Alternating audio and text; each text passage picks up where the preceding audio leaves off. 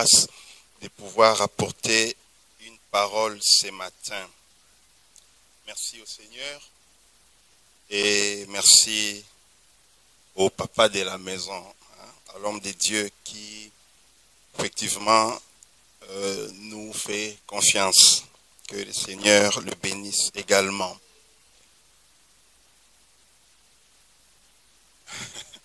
Je rigole parce que un jour, il y a un mois et demi passé, donc je descends au coin de ma rue, c'est à 5 minutes de chez moi, il y a un lavoir. Donc je prends nos vêtements, j'aime bien aller dans ces lavoirs parce que il est tout neuf, il y a des belles et bonnes machines qui nettoient très bien, c'est informatisé. Alors j'aime bien aller chipoter l'écran tactile là-bas pour choisir des programmes et autres. Donc j'arrive et je suis en train de faire la lessive, donc j'attends. Il y a un monsieur qui rentre, c'était la nuit. Moi je vais toujours comme Nicodème, mais tard dans la nuit il n'y a personne, donc je vais seul. Et il y a un papa, un monsieur africain également, qui rentre et puis il me demande, monsieur, est-ce que vous pouvez m'expliquer comment ça fonctionne les machines, les différentes machines ici? Bon, j'ai compris qu'il venait certainement de s'installer dans le quartier et donc c'était la première fois qu'il venait. Et alors j'ai dit, ok, pas de souci. Donc je commençais à l'expliquer. Voilà, il faut faire ça, ça fait ça. Alors quand tu as fini, il faut venir. Cet écran, tu fais ça, ça tu sélectionnes ça. Alors pour les séchoirs, tu fais ça, ça et ça. Alors je l'ai vu me regarder un peu du genre comme, il vient de quelle planète c'est monsieur? Est-ce que c'est quelqu'un de notre planète? Et puis quand j'ai fini, j'ai dit, voilà, j'ai fini. Et puis il me regarde, puis il me dit, vous êtes enseignant? Alors, donc j'ai rigolé, et puis j'ai dit, oui, je suis enseignant. Mais voilà, je comprends maintenant. La manière dont vous expliquez, j'avais l'air d'être dans une salle de classe. Je dis, bon, en fait, c'est ça les enseignants. Je dis, mais comment est-ce qu'on peut se trahir, hein? Et ce matin, je veux enseigner également une parole, un homme que nous trouvons dans la Bible. Cet homme qu'on appelle Zachée. Luc chapitre 19, le verset 1 à 10. Nous allons lire ces récits que nous connaissons. Luc chapitre 19, le verset 1er. Jésus, étant entré dans Jéricho, traversait la ville. Et voici, un homme riche appelé Zachée, chef des publicains, cherchait à voir qui était Jésus. Mais il ne pouvait y parvenir à cause de la foule, car il était de petite taille. Il courut en avant et monta sur un sycomore pour le voir, parce qu'il devait passer par là. Lorsque Jésus fut arrivé à cet endroit, il leva les yeux et lui dit, « Zachée, hâte-toi de descendre, car il faut que je demeure aujourd'hui dans ta maison. » Zachée se hâta de descendre et le reçut avec joie. Voyant cela, tous murmuraient et disaient, « Il est allé loger chez un homme pécheur. » Mais Zachée, se tenant devant le Seigneur, lui dit, « Voici, Seigneur, je donne aux pauvres la moitié de mes biens, et si je fais tort de quelque chose à quelqu'un, je lui rends le quadruple. » Jésus lui dit, « Le salut est entré aujourd'hui dans cette maison, parce que celui-ci est aussi un fils d'Abraham, car le Fils de l'homme est venu chercher et sauver ce qui était perdu. » De ces passages, nous retenons comme thème, comme sujet de cet enseignement, Christ, le carrefour du changement. Jésus, le carrefour du changement. Père, que ton nom soit béni pour cette parole éternelle que tu vas nous donner maintenant. Seigneur, tu ne cesses de nous parler à chaque fois que tu nous réunis. Que ton nom soit béni, toi qui règnes et vis éternellement. Amen. Zachée.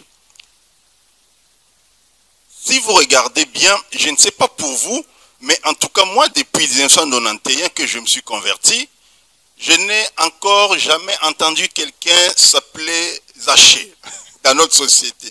Je ne sais pas si vous avez déjà entendu, mais bon, entre moi, pas encore jusque-là. Et je pense que même les parents ont peur de donner à leur enfant qui vient de naître le nom de Zachée. Parce que Zachée est l'image de quelqu'un de pas bien. Quelqu'un de, voilà, bizarre. Mais curieusement, il porte un nom avec une signification importante. Zachée du grec Zachaios veut dire pur. Au fait, c'est quelqu'un de pur. Il porte le nom de pur. Et même l'hébreu va dans le même sens. Zachaï, ça veut dire également pur. Cet homme Zachée est là. Il a certainement entendu parler de Jésus. Dans cet épisode, Jésus traverse alors Jéricho avant de prendre les chemins qui mènent certainement, qui montent vers Jérusalem. Donc, l'évangéliste Luc ici nous fait assister à une rencontre inédite. Cette rencontre, celle de Jésus et des Zachée. Ici, comprenez qu'il ne s'agit pas d'une parabole, mais plutôt d'un récit. Une parabole, c'est une sorte de récit qui cache un enseignement. Mais alors qu'un récit, quand vous lisez, vous avez un enseignement qui peut sauter directement dans les yeux. Nous découvrons dans ces passages de Luc chapitre 19 une vraie histoire. Mais, curieusement, pas d'habitude qu'on retrouve cela dans la Bible. C'est une vraie histoire repérée dans le temps et l'espace. Par des indicateurs, on voit clair et net, des indicateurs extérieurs. Voilà, par exemple, c'est celle d'un homme situé par son nom. Il s'appelle Zachée. Par sa localisation, il est à Jéricho. Par sa taille, il est petit de taille. Par son métier, la Bible dit qu'il est chef des collecteurs d'impôts, mais c'est aussi un homme riche. Et son attente du moment, c'est celui de pouvoir voir Jésus. Chercher à voir cet homme dont il a certainement entendu parler, mais aussi sa capacité à générer une situation favorable qui lui soit lui-même favorable. Et cette situation, c'est courir et monter dans un arbre pour voir cet homme qui allait passer sur ces chemins-là. Si on regarde bien ces textes, l'on observe tout d'abord de l'extérieur, cette rencontre peut sembler, bon voilà, enfin c'est une rencontre ordinaire. Jésus qui rencontre un homme qui cherchait à les voir. Jésus passe, Zachée est là, mais il aurait peut-être pu être là. Mais s'il s'est trouvé là, c'est que Dieu, le Seigneur, avait déjà un plan pour Zachée. Que ces jours-là, Zachée ne devrait pas se trouver ailleurs, mais elle devrait se trouver juste sur le chemin par où passera Jésus. Un carrefour, c'est un lieu où se croisent plusieurs chemins. Nous voulons parler de Christ qui soit, ou qui est plutôt ce carrefour du changement. Quand vous arrivez, et le conducteur le savent, quand vous arrivez dans un carrefour, il y a un ordre de priorité. Il peut y avoir le feu, ou soit un panneau qui vous dit si vous êtes prioritaire ou pas, ou s'il n'y a pas tout cela, il y a un agent qualifié qui régule la circulation. Dans un carrefour, tout le monde ne va pas dans la même direction. Chacun prend la direction qui lui convient.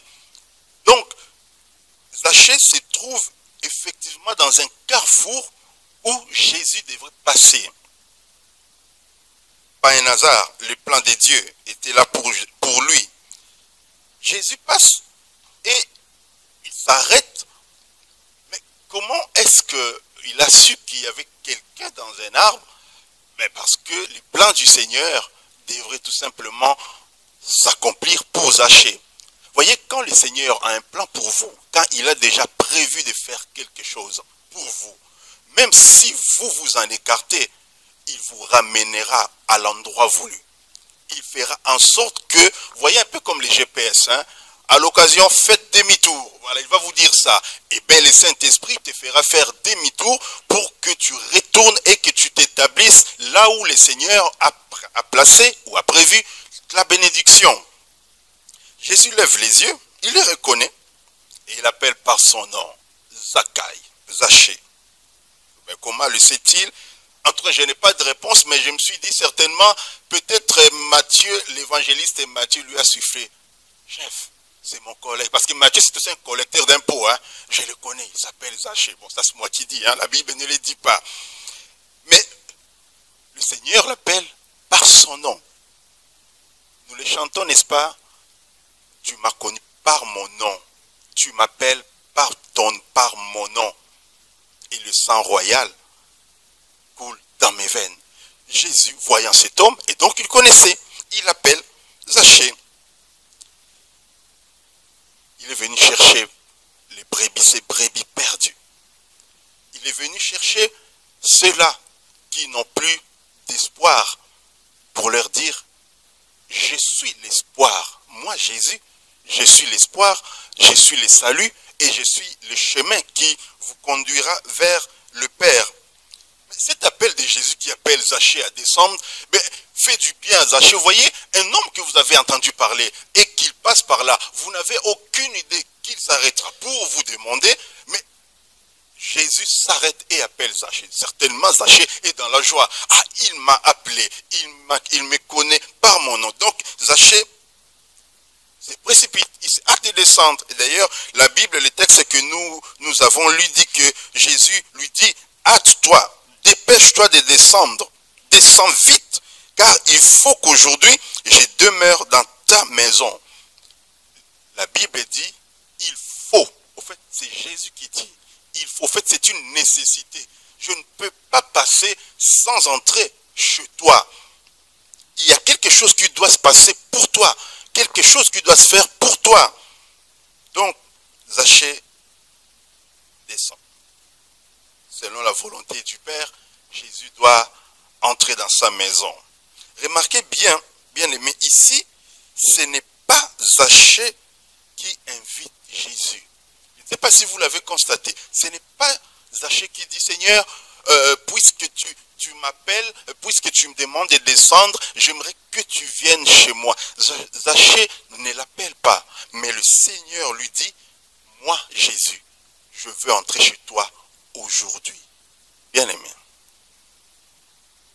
Le Seigneur, quand il a un plan, il n'attendra pas nécessairement que tu cours vers lui ou que tu cries vers lui s'il a un plan qu'il doit accomplir dans ta vie.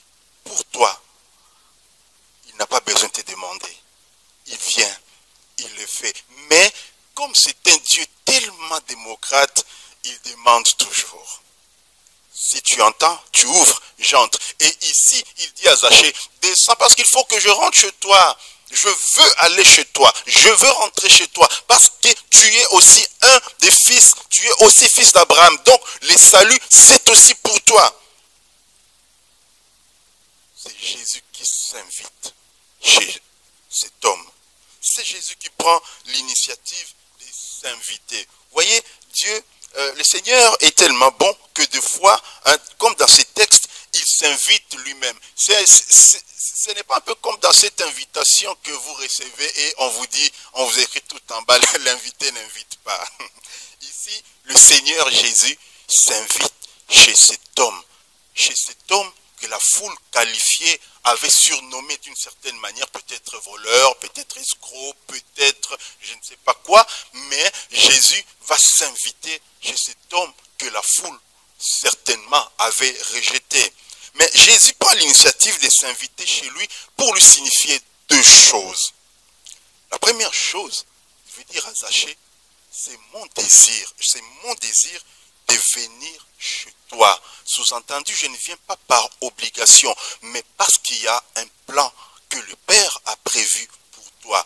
Donc je viens et je veux rentrer chez toi. La deuxième chose, hein, par rapport à cette initiative que Jésus prend, c'est qu'il veut lui dire, tu es digne, même quand tout le monde te rejette. Moi, je ne te rejette pas. Même quand tout le monde pense que tu es le mauvais de la société, même quand tout le monde pense que, ben voilà, c'est toi qui es en train, voilà, de faire du mal aux gens en collectant des impôts pour les Romains. Moi, Jésus, je ne te rejette pas. Tu es digne aussi parce que tu es fils d'Abraham. Je ne fais pas de différence. Je t'appelle, voilà pourquoi je viens chez toi. Bien-aimés, tous, nous avons de la valeur aux yeux du Seigneur. Ne nous sous-estimons pas, ou plutôt, ne nous négligeons pas, parce que la valeur que tu as aux yeux du Seigneur, l'autre l'a aussi. La valeur que j'ai devant le Seigneur, tu l'as aussi. Donc tous, nous sommes égaux devant le Seigneur. Nous sommes pareils. Dieu nous regarde de la même manière parce que c'est le même amour qu'il nous témoigne tous. Jésus ne regarde pas l'apparence, mais il regarde plutôt ce que cet homme est. Qu'est-ce que je peux changer en cet homme? Mais, vous savez, la foule, la problématique de la foule. Ici, le Seigneur prend l'initiative. Il veut aller dans la maison, chez cet homme qu'on appelle Zachée. Mais vous savez, qu'est-ce que la Bible dit tout à l'heure? On a lu, la foule a dit. Mais voilà, lui qui prétend être Dieu, lui qui prétend être fils de Dieu, voilà là où il va loger. Il ne sait même pas que cet homme, c'est le mauvais. La foule. Ne faites jamais confiance à la foule. Vous voyez, la foule a la capacité d'être élevée. Elle a aussi la capacité d'être écrasée. Cette foule que nous voyons, regardez, Jésus entre dans Jérusalem. Qu'est-ce qui crie? Hosanna, béni soit celui qui vient au nom du fils de David, du Très-Haut. C'est la foule. Mais Jésus se retrouve à nouveau devant Pilate. La sentence doit être prise. Mais qui est-ce qui crie crucifiez-les? C'est la foule. Et parmi la foule, certainement, il y avait ceux-là qui avaient participé à la multiplication des pains, qui avaient mangé. Mais c'est cette même foule qui va crier crucifiez-le. La Bible dit, tandis que tous murmuraient contre Jésus. Ils murmuraient, parce que cet homme va là-bas. Jésus va chez cet homme. Pourquoi est-ce qu'il doit aller chez cet homme? La foule murmure. Mais où est-il dit dans la parole, dans le texte que nous avons lu, où est-il dit que Zachée, avant sa rencontre avec le Seigneur, était forcément mauvais, était forcément un escroc, était forcément celui qui n'avait une personne avec un cœur sans pitié? Nulle part. La Bible dit qu'il était juste un collecteur d'impôts. Mais c'est la foule qui donne les caractéristiques de cet homme. C'est la foule qui le dit, pas le narrateur. En tout cas, ici, Zachée est distingué par Jésus, mais il ne prosterne pas. Il ne proteste pas plutôt. Bien aimé, qu'est-ce que nous allons retenir dans ces récits? 4 choses. Je veux, au travers de ces récits des Zachée, parler 4 éléments. Je regardais à la télé un documentaire sur l'aigle.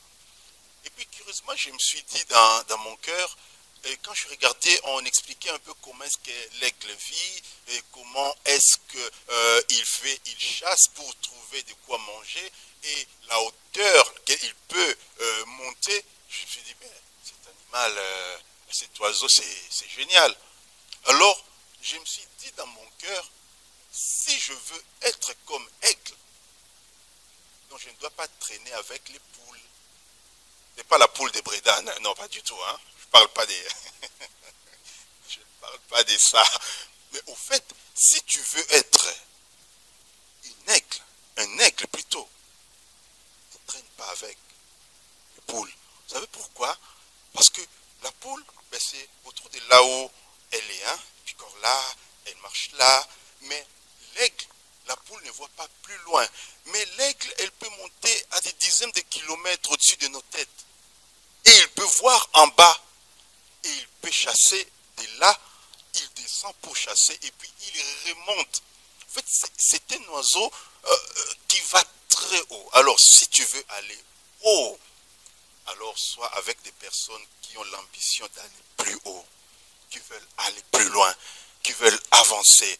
Pas avec celles qui, tu vois, non, ça ne marchera jamais. Non, mais va avec celles qui disent, c'est compliqué, c'est difficile, mais allons-y, essayons quand même. Si ça ne marche pas, on va trouver une autre stratégie. Ici, la première chose que je retiens de ces récits, des Zachée que nous venons de lire, c'est que Zachée a fait arrêter le Seigneur dans sa marche. Au fait, ce n'est pas lui qui a demandé à Jésus de s'arrêter. Tout simplement, il s'est pointé au bon carrefour. Il s'est retrouvé au bon endroit, au bon moment également. Il se pointe là, il entend parler, il entend que Jésus arrive, alors il se dit, mais que faire pour que cet homme, pour que je puisse voir cet homme? Mais je ne sais pas, la foule, si je veux, je suis trop petit, donc je ne pourrai pas le voir. Donc je dois trouver un moyen. Il va monter pour pouvoir voir cet homme. Au fait, il fait comme l'aigle, il va plus haut. Donc, sachez, des petites tailles qu'il était, il va monter plus haut que tout le monde, et alors son geste va attirer l'attention de Jésus. Donc le Seigneur, dans sa marche, il arrive là, il s'arrête. Parce qu'il y a quelqu'un qui a osé quelque chose que les autres n'ont pas osé. Zachée l'a fait, il s'est arrêté. Et ici, les carrefours dont il est question ici, c'est Jésus. Il arrive, Zachée il se positionne dans ces carrefours stratégiques et il attend que le Seigneur arrive. Et le Seigneur arrive et regarde, leva les yeux et voyant Zachée. Bien aimé, vous savez, la foi, comme la Bible dit, c'est un peu la foi, c'est la folie. Hein. Ne laisse pas passer le Seigneur s'il n'a pas résolu ton problème. Mais comment? Mais dans la prière, bien sûr. Tu restes là jusqu'à ce que le Seigneur exauce. Vous savez, permettez-moi de vous raconter, c'était quand j'ai voulu aller prédoter. Hein. Et donc, on était en phase de préparer la prédote. Donc comme on appelle ici le fiançailles. Donc moi je n'avais rien, parce qu'à l'époque j'étais encore étudiant à l'ISTA, mais quand je fais les calculs, je me suis dit bon, pour que ça puisse se faire, j'avais besoin de $300. $300 pour que on puisse réaliser cette prédote. Mais je ne savais pas où est-ce que j'allais trouver ces 300. Donc je me rends à l'église, là où on avait célébré notre mariage. J'arrive, comme j'étais responsable aussi, donc j'arrive, je prends une chaise, et puis je prends 2 chaises. Je l'installe sur l'estrade. Donc je mets une chaise devant et une chaise, les 2 chaises face à face. Et puis je suis assis. Seigneur, viens là, assis-toi là. En fait, la foi c'est la folie. Donc j'ai appelé Dieu. J'ai dit, Dieu, viens, assis-toi là. Moi j'ai à te parler. Et puis, bon, vous voyez un peu, il y a une chose, parce que je suis sûr que si quelqu'un était entré ce jour-là dans le temple, il m'aurait traité certainement des fous. En fait, j'étais en train de parler, vous voyez, quand tu parles vraiment à quelqu'un, et avec des gestes, avec les mains, Seigneur, moi, tu vois, si tu ne fais pas moi, alors qu'est-ce que je veux dire? Et puis après, j'ai eu l'impression que Dieu était parti. J'ai dit, Seigneur, reviens, assis-toi là. Oh. Au fait, j'avais l'impression que personne ne répondait. Et j'ai l'impression que Dieu s'était levé de la chaise et il était en train de partir. Et donc je lui dis, Seigneur, reviens, reste assis là. Et tu écoutes. Et quand j'ai fini, je lui ai dit, tu peux partir maintenant. Et puis j'ai repris la chaise et j'ai repris. Et bien aimé, le Seigneur attend de toi, il attend de nous que nous posions des gestes, des actes qui le poussent à s'élever de son trône. Et a jeté un nez et dit, c'est qui ça qui est en train de prier comme ça? Et quelques jours se sont passés et il y a une maman qui priait dans notre église qui m'a appelé. C'était la femme c'était un frère aussi qui priait avec nous. Il faisait partie de la division spéciale présidentielle de Mobutu à l'époque. Et donc il avait fui parce que vous savez à l'époque quand tu tournais les dos à Mobutu, tu devenais l'homme à abattre. Et donc il avait fui en Autriche, il est parti demander asile, mais sa femme était restée. Et la maman était encore avec nous à l'église. Et je viens à l'église, et quand on termine l'église, il m'appelle, Jeff, j'ai à te parler. Et puis j'arrive, on s'installe, et elle me dit quelques paroles, et puis elle me sort une enveloppe. Elle me donne dans l'enveloppe, mais je ne savais pas qu'est-ce qu'il y avait dans l'enveloppe. Et puis elle me dit, depuis quelques jours, il y a une voix qui me dit que je dois te donner $300. Au fait, c'est là que je compris qu'il y avait $300 dans cette enveloppe. Et elle a prié pour moi. Frère, je me suis dit, quand nous posons certains actes à notre Dieu, c'est un père. Hein. Il est un papa. Je dis, papa, voilà la situation. En tout cas, moi, je n'ai pas d'autre secours. Les seuls secours que j'ai, c'est toi. Et donc, débrouille-toi pour me trouver la solution à ces problèmes. Dieu exauce. Il exauce. Et j'ai compris que le Seigneur était celui qui est toujours là, mais il attend que tu lui dises, stop, Seigneur, arrête-toi un peu, j'ai à te parler. Au fait, c'est ce que Zachée a fait. Il a fait arrêter le Seigneur dans sa marche parce qu'il s'est trouvé tout simplement au bon carrefour, là où il fallait, au bon endroit, au bon moment. Vous voyez le feu tricolore, le feu des routes, hein, quand vous marchez, ou quand plutôt les conducteurs qui l'exploitent beaucoup, vous arrivez au feu, le feu est vert, jaune, vert, orange et puis rouge. Quand vous arrivez dans un carrefour, vous avez ces feux-là. S'il n'y a pas le feu, il y a un panneau en dessous qui indique qui a la priorité dans ces carrefours. S'il n'y a pas non plus ces panneaux, il pourrait y avoir un agent qualifié, donc un policier qui régule la circulation. Quand le feu est vert pour moi, ça veut dire que les autres s'arrêtent. C'est moi qui passe, ou plutôt c'est nous qui avons priorité de passer. Mais quand le feu pour moi est vert, pour les autres c'est rouge. Mais quand les autres ont vert, moi j'aurai rouge. Ça veut dire quoi? Ça veut dire, le Seigneur ne nous bénira pas tous au même moment, à chacun son tour. Alléluia. Si moi je vert maintenant, peut-être toi tu es encore rouge. Hein? Donc, patiente, ne précipite pas les choses, ne propose pas à Dieu de solutions. Attends, elle s'accomplira, la promesse que le Seigneur t'a faite. C'est que quand mon feu passe à l'orange, dire que les choses commencent pour que ça s'arrête, pour que l'autre aussi bénéficie de la grâce du Seigneur. C'est un peu comme ça que Dieu fonctionne. Ta bénédiction arrivera au moment où le Seigneur l'a prévu. Donc, ici, Christ, c'est cet agent qualifié qui se trouve dans ton carrefour. Il régule la situation.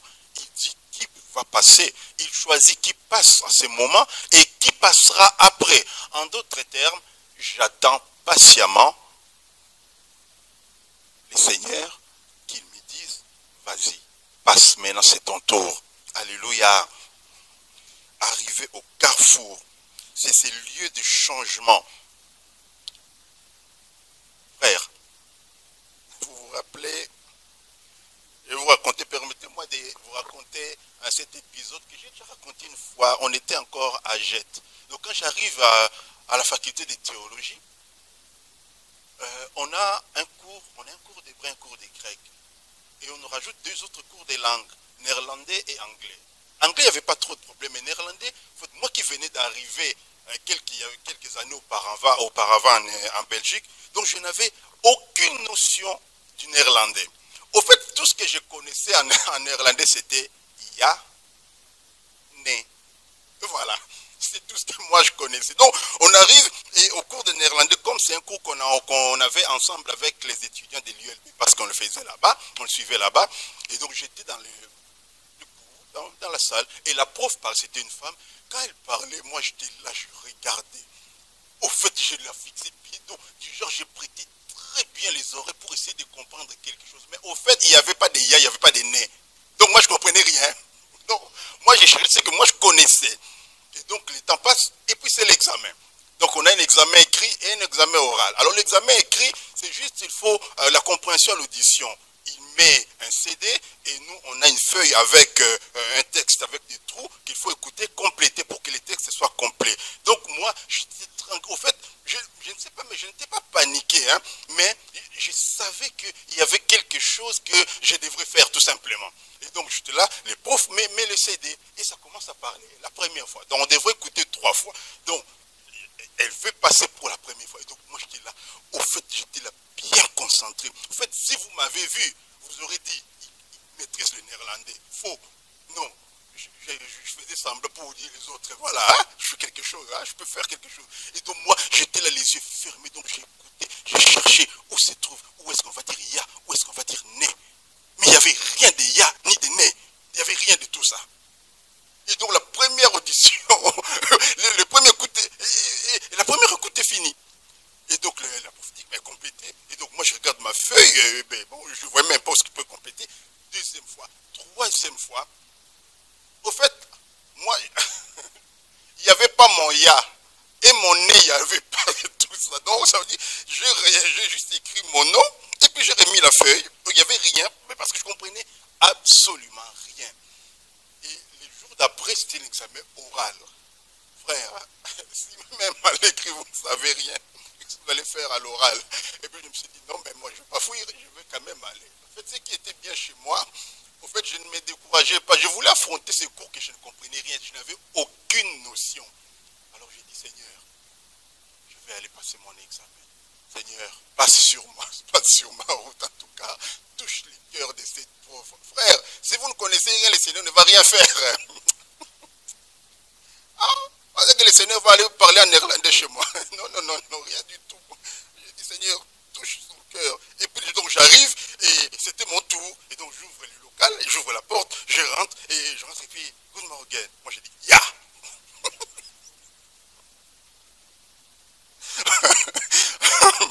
Au fait, je ne sais même pas qu'est-ce qu'il avait dit, parce que je n'avais même rien compris. Donc, je dis, ah, et puis voilà, et puis, bon, j'ai compris qu'elle me demandait de m'asseoir parce qu'elle a fait signe. Donc, et puis, je commence à parler.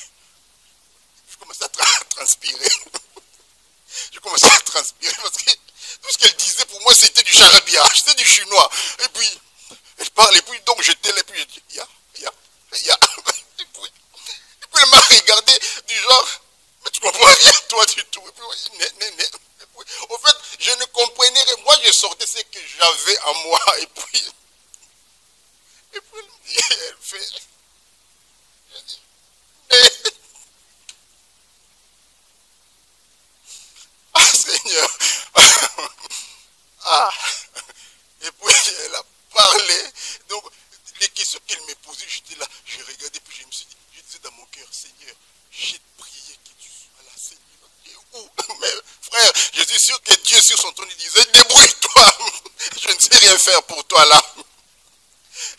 Et puis, elle a parlé tellement que je ne comprenais absolument rien de ce qu'elle disait. Au fait, je suis sorti vraiment hors de moi et puis je lui ai dit, Nini.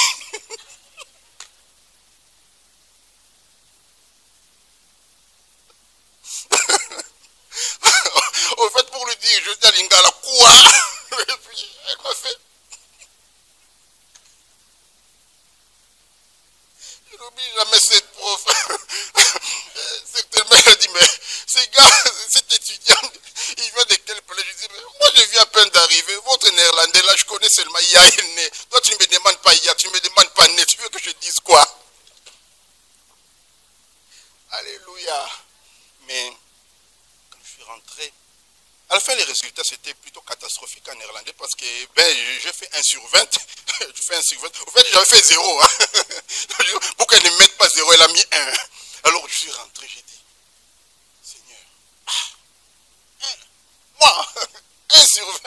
Je dis, non. Alors, je me suis dit, non, je dois faire quelque chose. J'ai dit, Seigneur, aide-moi à trouver une solution. Vous savez, Dieu aime les personnes qui osent. Alléluia. Je ne connais rien, je ne sais rien faire, mais je veux oser le faire. Alors, je commence à chercher sur Internet, parce que je devrais repasser l'examen en deuxième session. Et j'ai trouvé un centre des Néerlandais au Palais du Midi, Willemsfonds.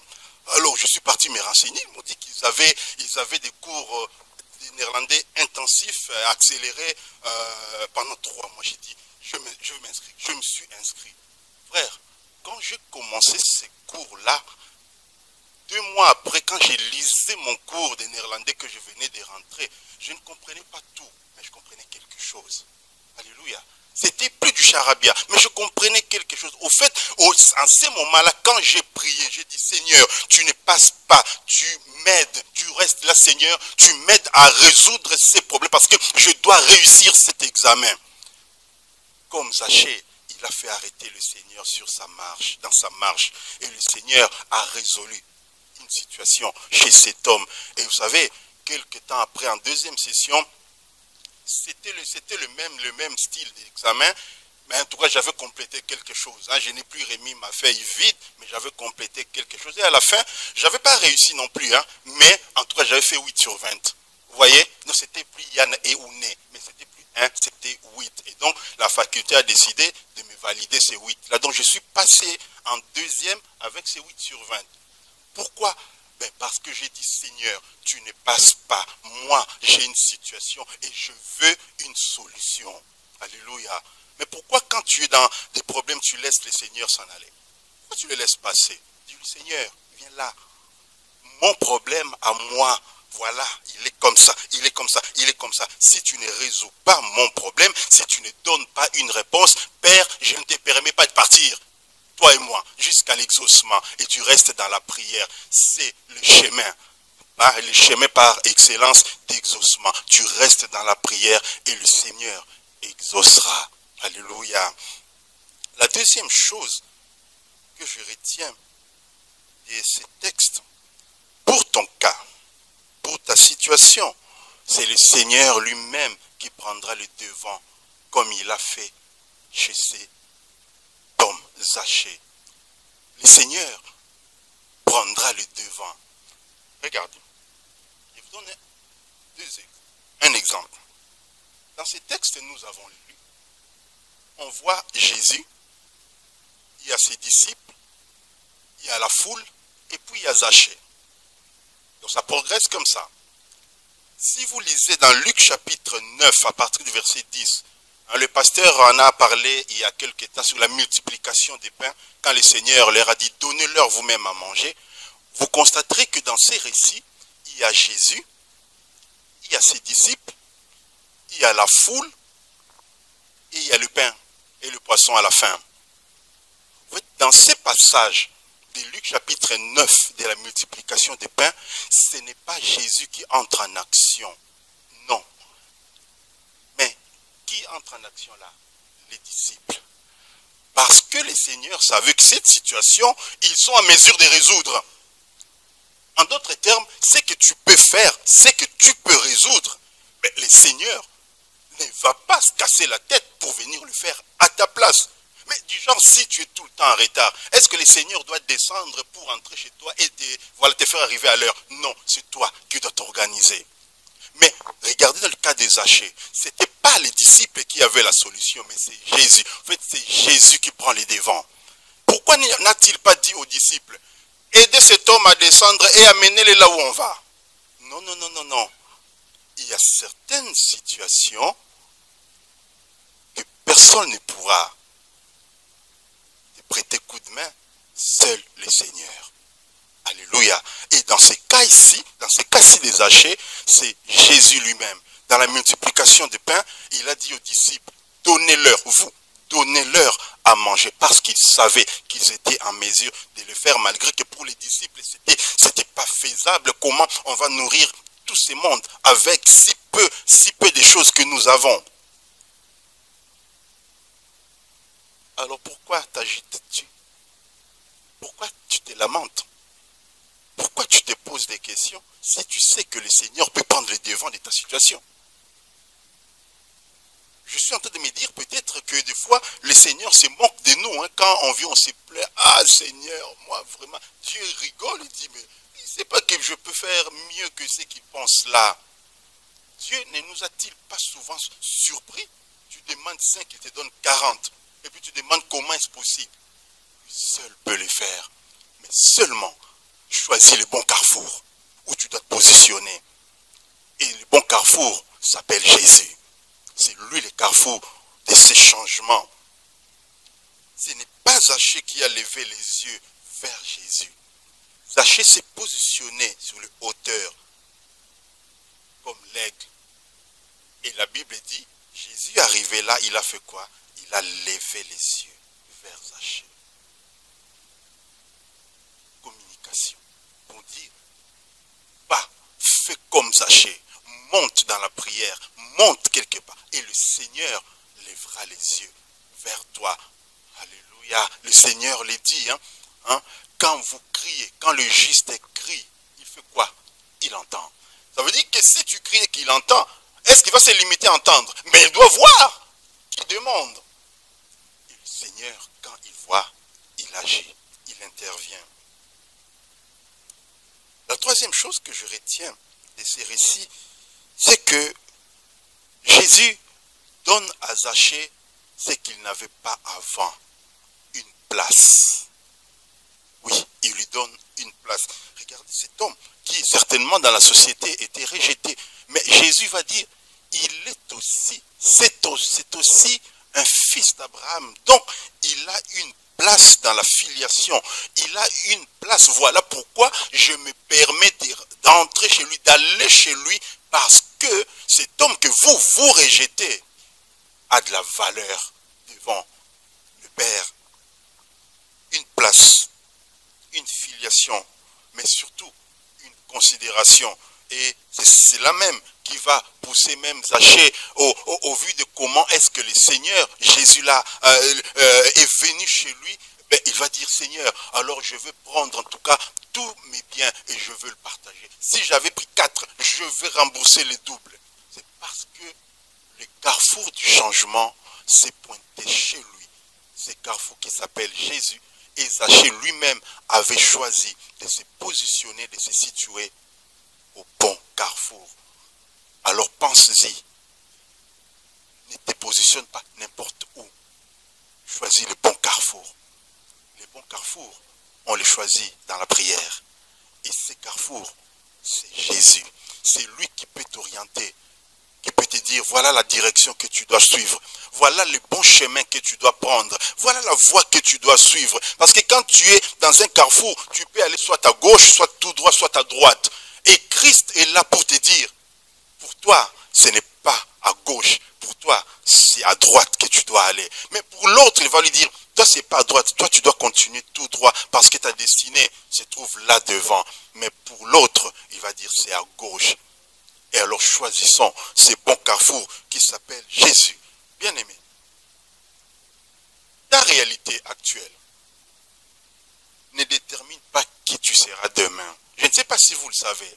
Ce que tu es aujourd'hui, ce que nous sommes aujourd'hui, ce que nous faisons aujourd'hui ne détermine pas ce que nous serons demain. Le lendemain appartient à qui? À Dieu. C'est lui qui sait.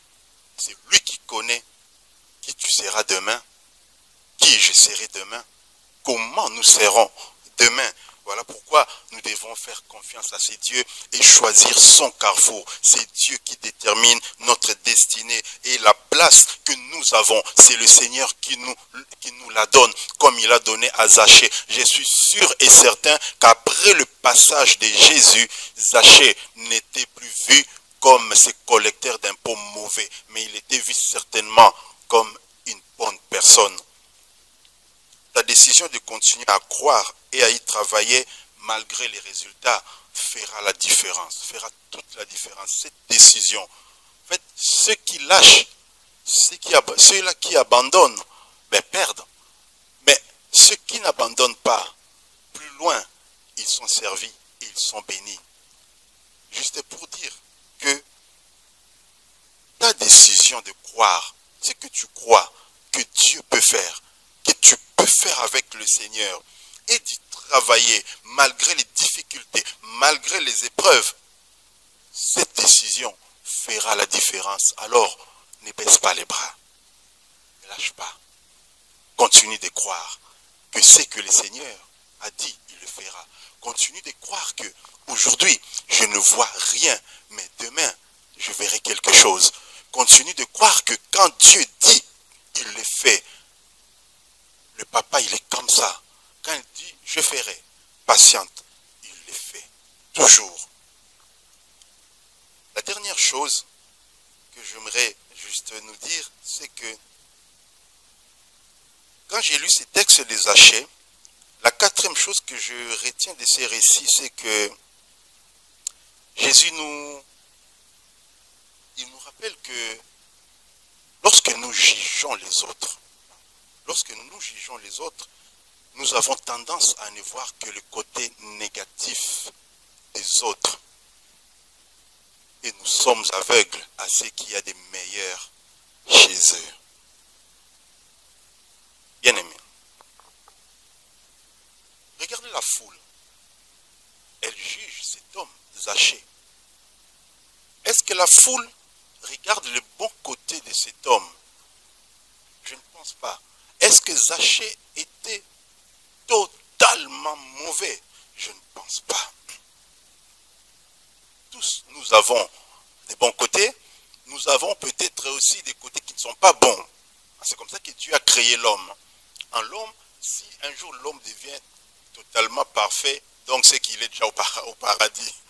Mais aussi longtemps que nous sommes sur la terre, nous partagerons ces deux aspects. Il y a le bon et le mauvais en chacun de nous. Mais regardez Jésus. Il fait ressortir ce qu'il y a de meilleur en Zachée. Il ne regarde pas que c'est un collecteur d'impôts. Il ne regarde pas peut-être le fait que c'est un mauvais. Mais il dit, tu es fils d'Abraham. Et moi je suis venu pour des personnes comme toi. Et aujourd'hui, c'est chez toi que je veux entrer. Descends, je veux aller chez toi. Regardons-nous toujours les mauvais côtés des autres. Oui, effectivement, c'est qui est le cas dans notre société, là où il y a les hommes. Remarquez bien, les hommes regardent seulement le mauvais. Et vous serez d'accord avec moi que si je vous disais que si un jour tu fais tout le temps le bien, les jours où tu feras une gaffe, une faute, tous les biens là est oublié. C'est effacé. Tout le monde va se focaliser sur la gaffe que tu viens de faire. Mais Jésus ne fonctionne pas comme ça. Le Seigneur, il regarde, tu es bon, gloire soit rendue à mon Père. Tu n'es pas bon, je suis venu pour te sauver. C'est comme ça que lui fonctionne. Bien-aimé, j'aimerais dire à quelqu'un ce matin que celui qui n'est pas avec toi n'est pas forcément contre toi. Celui qui est avec toi n'est pas forcément pour toi. Mais des fois, nous nous trompons. Celui qui n'est pas avec moi ne veut pas dire qu'il est contre moi. Peut-être qu'il n'a pas le temps. Peut-être que mes idées, il ne partage pas mes idées. Peut-être que lui, il a d'autres idées, donc voilà, il va fonctionner à côté. Mais celui qui est avec moi ne veut pas dire qu'il partage totalement aussi mes idées. Non, pas du tout. Voilà pourquoi j'ai dit. Celui qui n'est pas avec toi n'est pas forcément contre toi. Celui qui est avec toi n'est pas forcément pour toi également.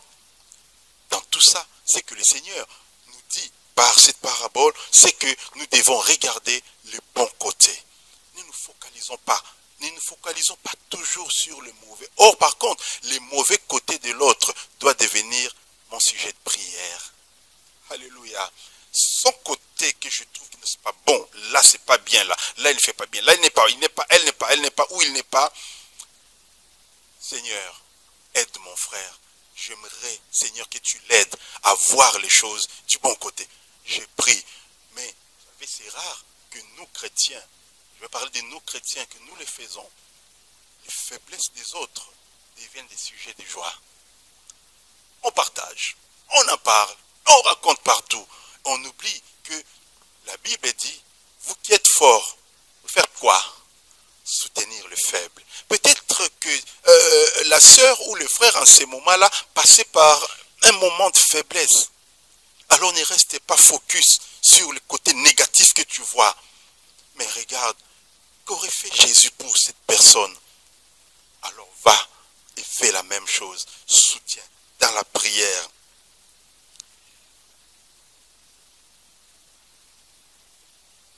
Voilà, j'arrive à la fin. J'ai envie de dire que je finis. Voilà.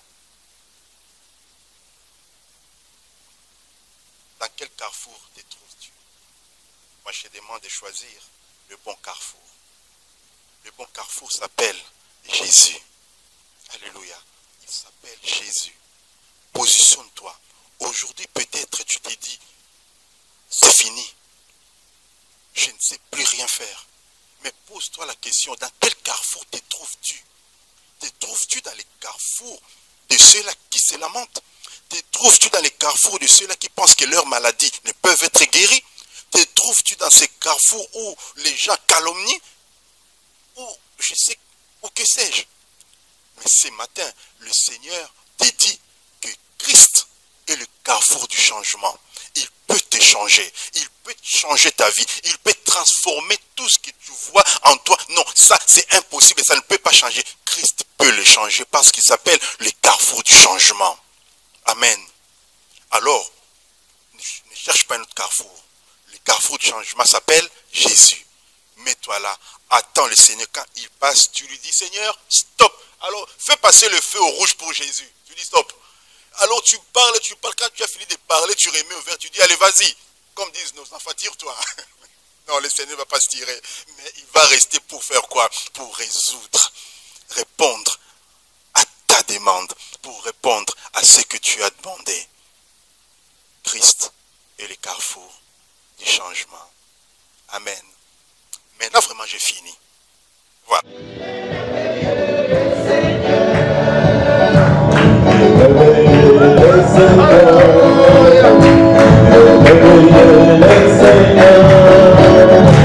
Alléluia.